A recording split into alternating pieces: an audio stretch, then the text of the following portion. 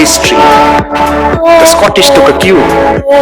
He said, God, if you are really God, then I want one last dip in one of the lochs, the beautiful lakes of Scotland. Obviously, you can't bring a lake in the middle of the desert, so God said it would be easier to transport this guy. So he disappeared. Then God turned to the Irishman. He said, what about you? He said, God, in this middle of the desert where there's nobody around, two or three friends, I suddenly feel so lonely. Can you please bring back my two friends?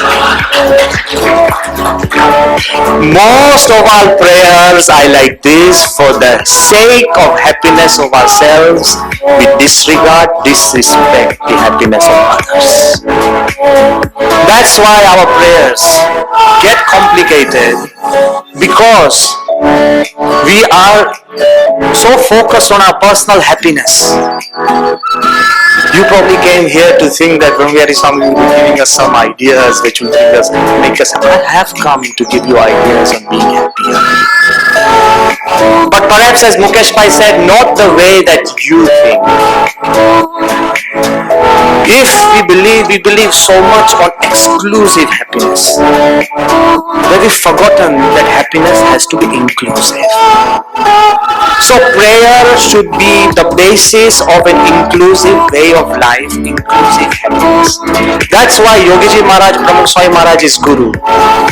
He always said one thing and one thing alone all his life, even when he was about to sleep, when he was waking up, after puja, when something good happened, when something bad happened, he would always say, Bhagwan, so Bhagwan, so bhalu karo, atlanu to nahi brackets. We have parentheses and we have a huge list of number of names where you say names. We don't have that heart to pray like that inclusive prayer. More than Yogiji Maharaj, Bhagwan Swaminarayan laid the foundation of the Swaminarayan Sampradaya, and he writes in the Shiksha Patri, Sarva Jiva Hitavaha. Your life, your ideas, your prayers, your emotion should be that it brings joy to every living being. Sarva Jiva Hitavaha. The great Indian wisdom, the Subhashits, they teach us, Sarvatra Sukhina Santu, Sarve Santu Niramaya, Sarva Padrani Pashyantu, Ma Kaschit Dukhamapnaya. Let all be happy, let all be healthy, let all see good in each other, and let none be miserable. Look at the prayer. We belong to a culture which talks about inclusive happiness, inclusive prayer. But the climax are the oldest documents in the world, the oldest manuscript of mankind, and they are the Rig Vedas. The Rig Vedas, in the times of our rishis, they had pondered and contemplated and almost solved every issues that were faced by the humankind in that time. And they touch upon every aspect from life, emotions, mind, philosophy, medicine, spirituality, every aspect of the human life. And you would be surprised, the Rig Vedas have turned every aspect into a form of prayer. What are the Rig Vedas? They are prayers to the divine for the things that you and me seek in the form of a prayer. So it's important. Prayer is a simple application to God, our want. But there's a difference. To your juniors, you order. To your seniors, you ask. To your elders, you request. To your owners, you beg. And to the Creator, you pray. It is important. It's the same thing we are doing. There is nothing else. But the tone, the feelings, they change because your entire communication and connection changes. So today my topic is the power of prayer for inclusive happiness. Happiness for all. Only then a prayer is powerful.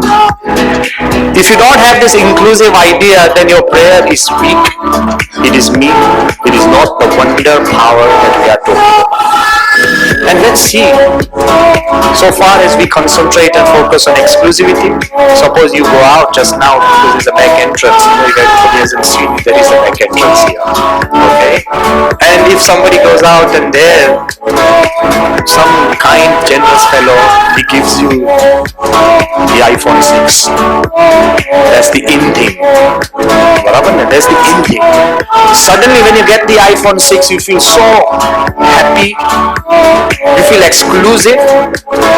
But the moment you enter into this hall, with all 2,000 people wearing an iPhone 6 or something, instantly your happiness disappears.